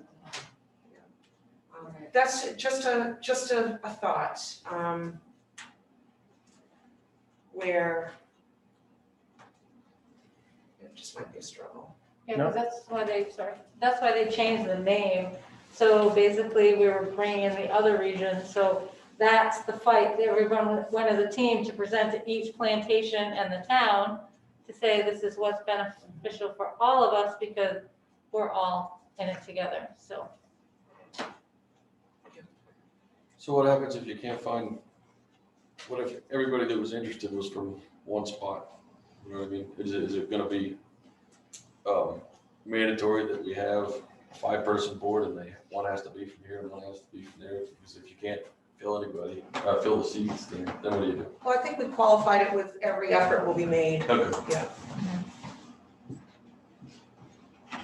Any other points? I mean, if there are 2 appointments that we receive in a meeting and one's from the town of Rangeley and another's from Sand River Plantation and there's 1 spot, we should approve the Sand River Plantation request for appointment, is what I would think. So we just gotta figure out how to word that. Figure it out before the second reading. Yeah. Yep. Did we address your issue on the select board being a voting member? Well, Cindy touched upon it with the assessors, so I think, there's clearly an understanding that that is an issue. I think Shelley's input, or whoever from this board in an advisory nature, is valuable. Yeah, From our point of view as a board, we would absolutely love to have a select person be as part of an advisory. In fact, we almost would insist upon it because we're trying to do what your objectives are, and if we Yep. don't know what those Yep. are. Now, whether it's a voting member or non-voting member is not necessarily as important, but just having the involvement there to make sure that we're on the right track, working on the projects that are important to this board. I agree with you. And in terms of voting, it's a question of what the majority of your group wants to bring forward. It's not a question of what we're gonna do as a board or what the taxpayers will do when they go to a voting booth. It's information by nature. Right, but I just, being, attending the meetings as a selectman and then actually as a member, it's different if you don't have a selectman representing you, just to be able to say, oh yeah, this is what they're up to. Because at one point, when we all got together, we were getting ready to send a letter to the board saying, what are your expectations for us? Mhm. So that just keeps that communication open. Great. Great. Well, you've got the input. We'll see you at the second reading. Good? Okay, thank you. Thank you. Consolidated Communications Broadband Proposal. Joe. Mr. Chairman, this was some communication that came to me last week, and it's an kind of an invitation or a request to have us set up a meeting with you folks, with the Board of Selectmen of Rangeley, and the elected officers of the surrounding plantations to discuss a proposal that's noted in the packet for consolidated communications regarding broadband.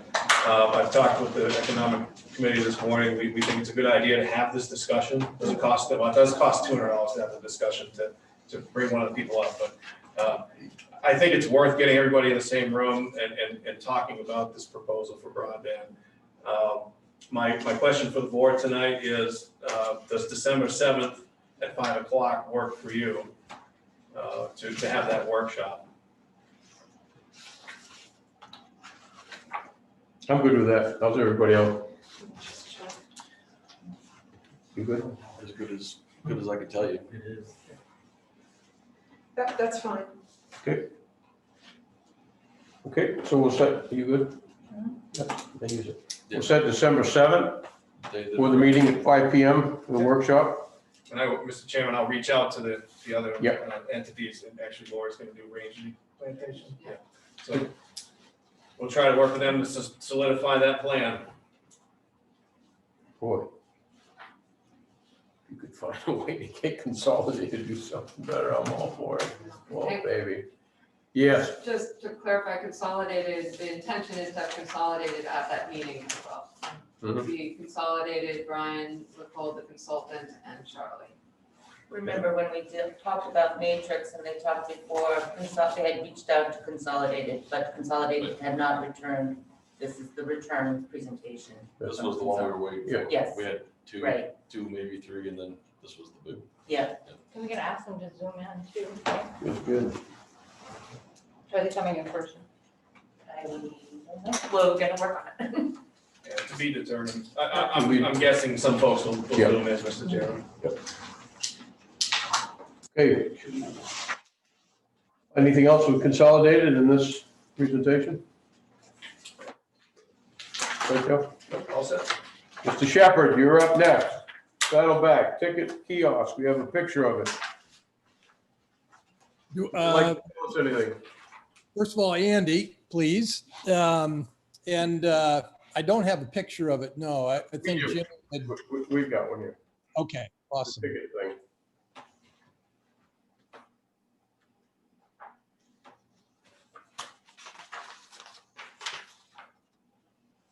Ready for me to go? Yeah. Okay. So we invested a lot of money this year in a new RFID system that allows people to purchase their tickets in advance. They put a ticket in their jacket, They ski up to a gate in front of the lift. And if you have your ticket, the gate opens. If you don't, it doesn't.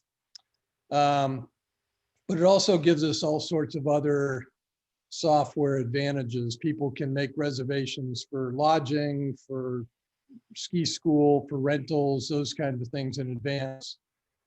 And this is a part of our effort to try and connect the mountain closer to the community. What we wanted to do was have one of these RFID pickup boxes down in town. And the thought was the best location for that would be the chamber building. Plenty of parking, easy drive, and it's also right in the downtown of shopping and restaurants and those kinds of things. So that's our hope. We would install that. We would put some, you know, a small roof over the top of it, do whatever wiring was necessary, and hope that we can have the approval to get that located on the chamber building by where the bathrooms are, which I guess is owned by the town, if I understand it properly. It is owned by the town, correct? Anything else, sir? It's a relatively small piece. We'd put some saddleback sign over it with instructions on how to use it. But yeah, that would be great if we could do that. Questions? Go. No, I did generate some discussion this morning with the economic folks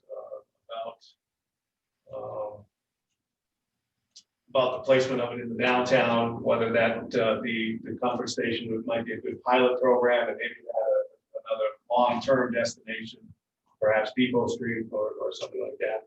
The one thing that kind of sparked that thought in my mind was the fact that the building is in the park. I don't know what bearing that has on the potential installation. It may or may not affect that. I do think it's a good idea to connect the mountain with the downtown. I think that's great.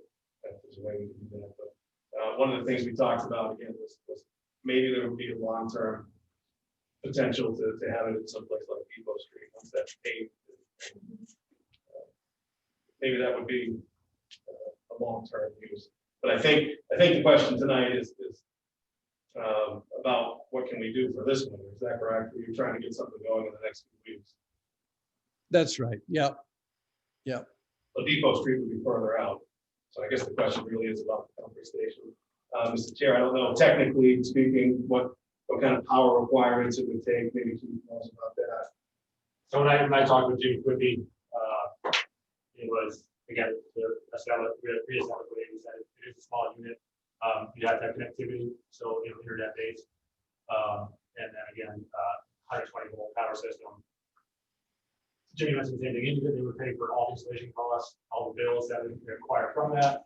It is a hand-free unit, so there's no touch. It's based on your cell phone. It's all standard. Again, the reason what Joe said also is our concern was just at the park, and there is a problem to this. So I don't know what that mind frame is, but again, after that discussion was it, I think it'd be a great pilot program between racing and Saddleback, knowing that they down the road again, we did to walk through back. I'd like to see a kiosk at Depot Street corridor that had trailhead maps and the recreation point it's points of interest. I think one of the benefits to Depot Street is one sign. One of the deterrents for the Chamber of Commerce would be a secondary sign that would need to be out there, or maybe even as many as 3. To people coming from Oklahoma, there'd have to be a sign pointing in there at some point, and then from the other direction. Depot Street would be one sign on Route 4. Here it is, pull in, parking. Question is internet. Right. On So, Depot Street. I mean, there are definitely ways to go about that, depending on what Saddleback's ambitions are. It would be relatively easy to put a small, I'll say doghouse there for temporarily use, with the roof structure. You could obviously have CMP drop a line off that, or put a meter on that block, no problem. And then you have options, excuse me, activity-wise, whether it be cellular or again, consolidated. Yeah. Those lines Yeah. relatively easy.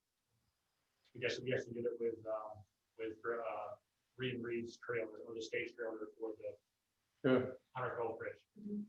I think it's extremely important that we make a connection downtown with Saddleback. There's no question about that.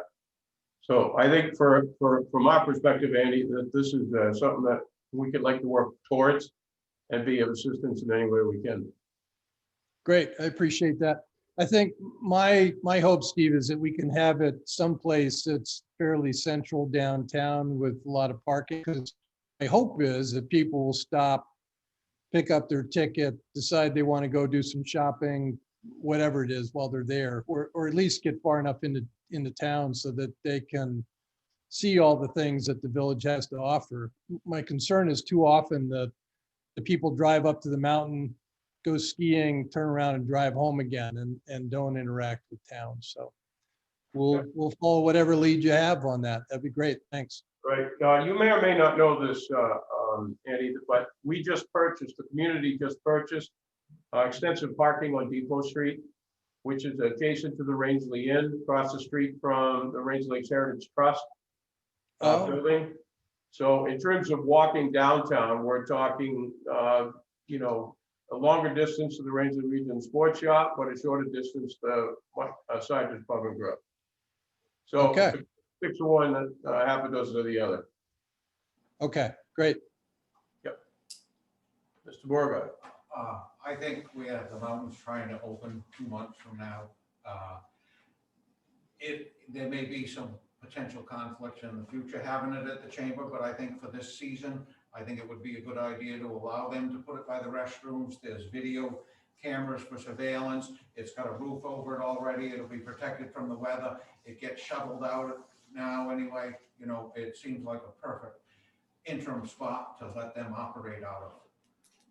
So I support that. Okay.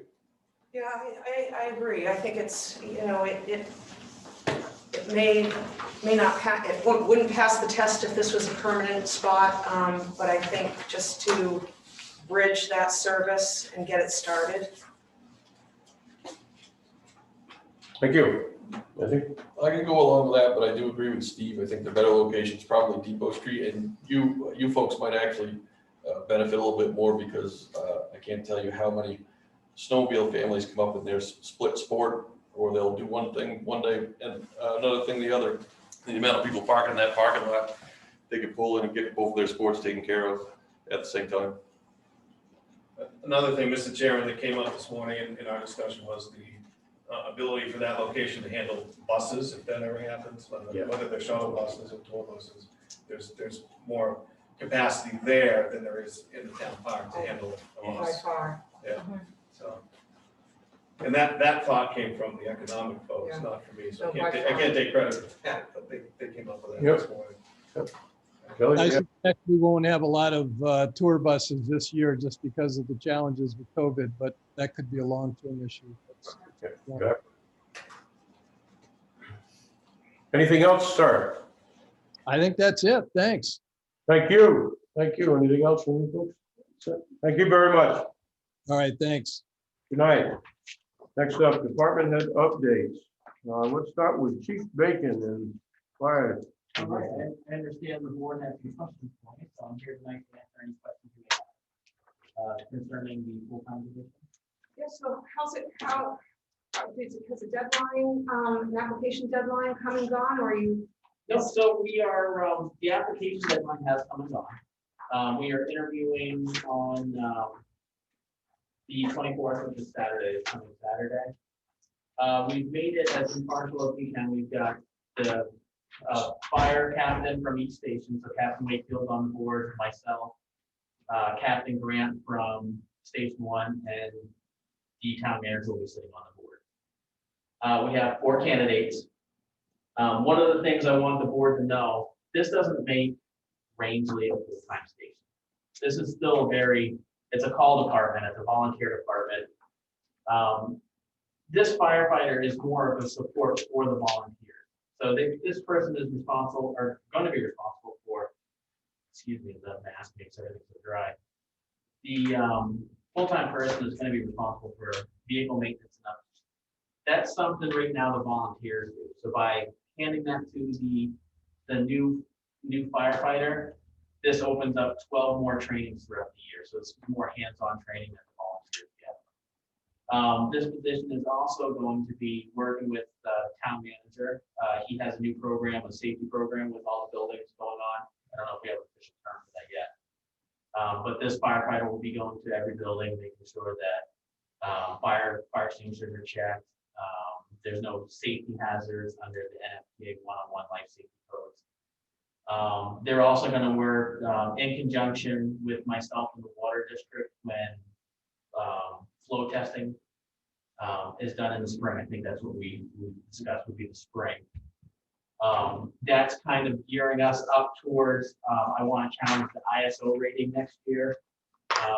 With a successful challenge and with the new firefighter in position, we would be looking at more insurance within the hydrant district and in the Clossic area that could have big savings in people's pockets come next year. So all of this, this is just scratching the surface.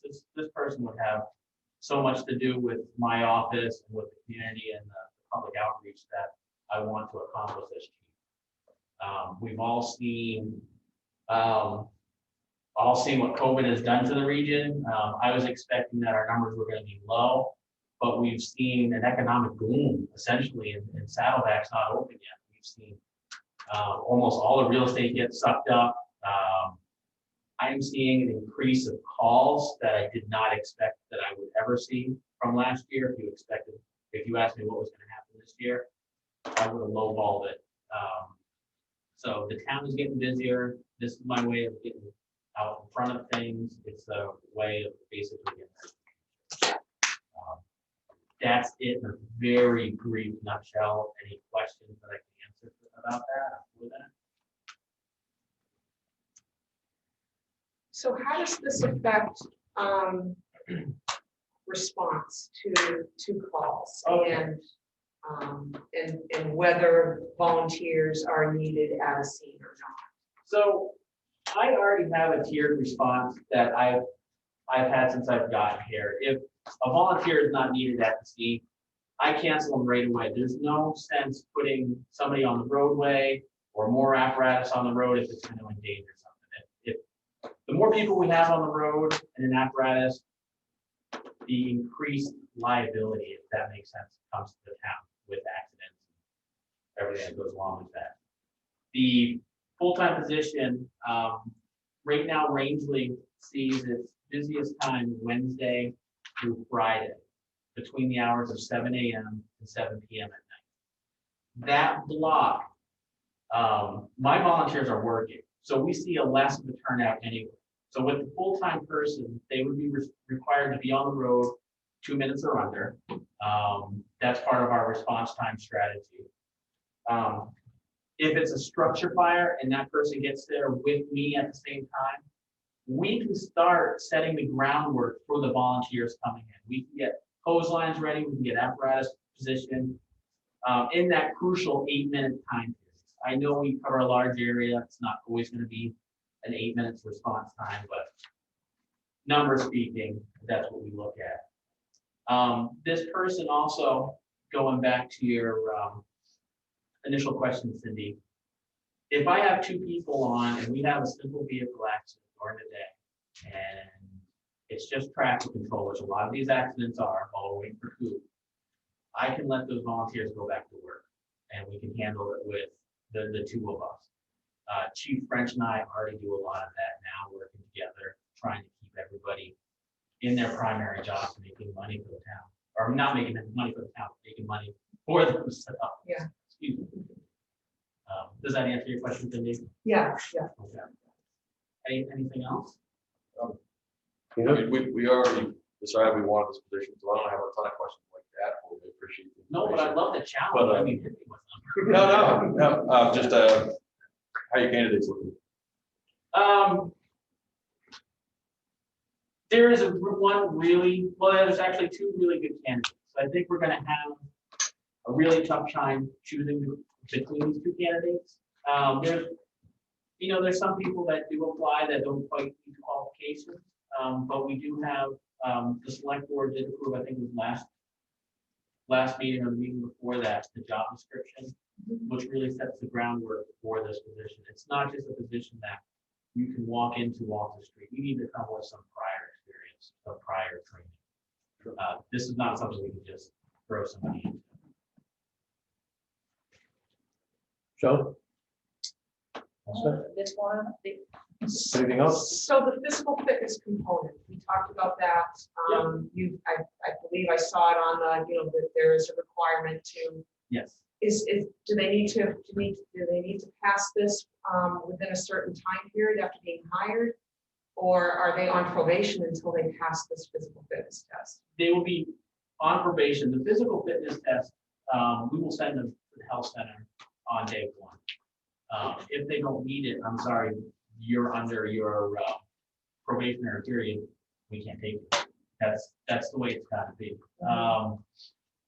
We originally wanted to have a physical agility test, but recently a fire captain died in New Hampshire as a result of this test. So a lot of departments are scaling things back. What we will be doing Saturday, we will have 4 stations that will not be timed. One will be climbing our aerial ladder, one will be raising the ladder, advancing the hose line, which is actually very strenuous to do. The 4th station we haven't figured out, but this will give us a good idea of whether they meet muster for that position. It won't be timed, it will be at their own pace, just because the fire service is really trying to figure out what to do with the physical agility test right now. Yeah, that's good to hear. Just want to make sure you've got someone who you can rely on. Yeah, and I think by putting Joe, the town manager, on the board, I think really that gives, it takes my heart out of the equation. And it really makes sure we find the best candidate. Does that make sense? Oh, absolutely. That's great.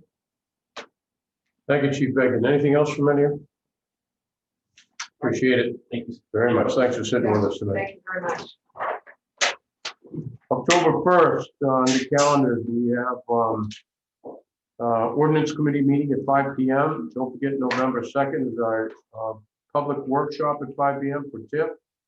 Come to vote on November 3rd. Election, they open up at 8 in the morning, go to 8 at night, correct? Be in the firehouse. Correct. Plenty of public distancing. They've been processing a lot of ballots already, so that's good news.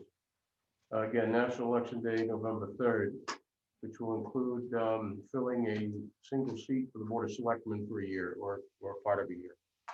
November 12th, revision solar ribbon cutting ceremony at 10 a.m. in Skowhegan. And November 16th, scratch that, it's December 21st. For Shelley Norton AvCog here at 5 p.m. And then if the town manager would talk about a little bit, or Keith, whoever, mechanic's position, grade 5 posting under other business. I can address that, Mr. Chairman. The position, as you recall, the board had voted to advertise this some time ago. It's the vacant mechanic position in Public Works. We have not filled the position yet. I would like to do so because some time has passed. I kind of wanted to bring it to you and make sure that you're okay with me advertising it at this point. I think it's important to us, given the fact that the town has a significant fleet. We have a lot of rolling stock, and I know from experience it's more than enough to keep one person busy all the time. So I just wanted to bring it to your attention that my goal is to re-advertise this position, and we can advertise it publicly now. The union has recently signed off on it, so there are no employees inside the town that are interested in it at this point. So I would like to advertise it and re-advertise it. Yeah. Sure. Yeah, I don't, any problem with that? I got it. And also, Joe, in our packet, we have information on Allen Street. Yes, Mr. Chairman, Keith and I, and the folks involved with the project, right here, SIMH, and so forth in the Water District, we have monthly meetings for the progress on Allen Street. I just, the other day, wanted to share this information with you from that meeting. These are the notes from the meeting. And I don't want to read the whole thing to you. I can tell you that today, they were doing surface paving. The goal is to get the surface paving on that road this year. They made considerable progress today, is that correct? Yeah, so the complete southbound lane has been paved, and then a short portion of the northbound lane back to Raceway has been paved. Obviously, the state unfortunately pulled priority today, midway through at our trucks, so we lost the trucks as they came up through because they were also placing the same asphalt down in Madrid, so we lost our trucks. Hasn't the state passed their own rules? Yeah, yes and no. On this project, they have a November 15th deadline on this project specifically. And obviously with these penalties in place, those priorities, the state has priorities regardless, but with those penalties fast approaching, it's not that much more of an effort. So. We are in good pace though. I do believe I am still nervous by all means, but given the 4-day Thursday, Friday, Saturday, Sunday forecast, and we're gaining. I think we can definitely accomplish Allen Street, the base payment on Ball Mountain Road, and then the remainder of Lake Street and Cottage Ave, which have both had some work done on already. So, and obviously the sidewalk, which we're working on right now, that'll also get done. Fingers crossed. Cindy, could you take over? Yeah. Please. Thank you. Does anyone have any questions for Keith that, Hello? based on the information? I've got change order number 6. So all the change orders cost the taxpayers money? Correct. Could we get a summary? Sure. Okay. Yep. We can do that. Can I add that? Cindy? What? Can I add to that? Yes, go ahead. Sure. If for big projects like this, where we have to approve certain things, it would be really, really nice if there was like some kind of spreadsheet of exactly like what was approved. Okay. And then do the breakdown in between, so then we can make sure that we're staying on track. Okay.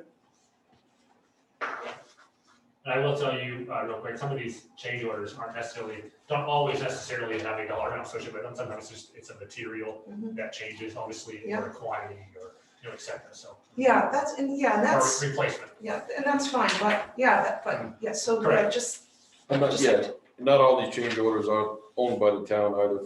I'm looking at some of this water stuff too. And obviously, the biggest one we already approved, which was the lighting. That was the largest change. Yeah, exactly. Anyway, I can definitely get that summary of the change orders that 1 through 6. Right, because if there are any overages, does that mean that money is coming out of the new loan that we are gonna be getting?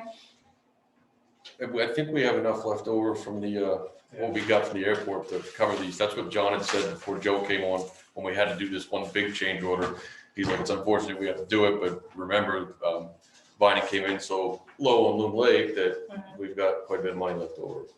And with the Allen Street, Madam Chair, we're not even in the contingency yet, I don't believe, on Allen Street. So Okay. I don't have that with me, but it's a good idea to check in on that once in a while. We can put that together for you. Well, I think it looks nice. So are they putting aprons in the driveways all the way back to those pink stakes? Nice. Right. I'm just saying. It's not like you had to vote on it or Yeah. anything. You didn't cross that ethical line. I didn't even know what the stakes were for. All I know is bonus round. I'm not mad they're in the way anymore. Oh, shoot. Where are we? I mean, We it's just funny. had some follow-up questions for Keith, and we're still on the same subject, and I'm not sure that there are any further questions. Thank you very much. Everybody all set?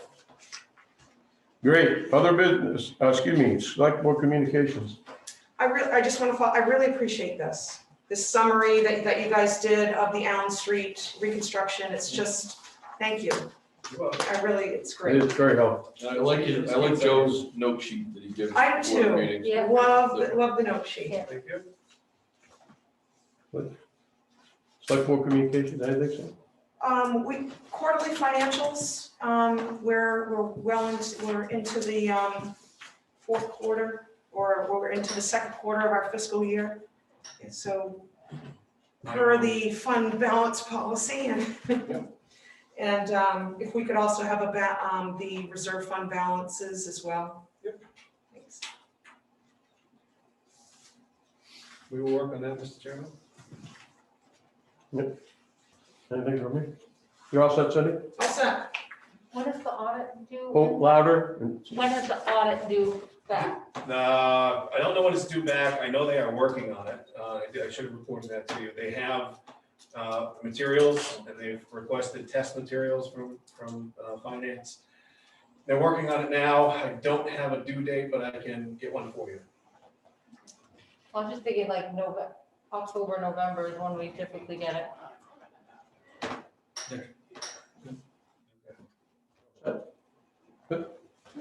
Anything else? Speak now, forever hold your peace. I got one. Go ahead. I wasn't here last week and I got this nifty new electronic thing in my bag. Yeah, we're gonna spend just a few minutes on that before we leave. Make sure everybody Just knows. check. I mean, I'm gonna call the meeting to an end though, before we do that, so everybody else can go home. If there's nothing else, I need a motion to adjourn. motion to adjourn. Second.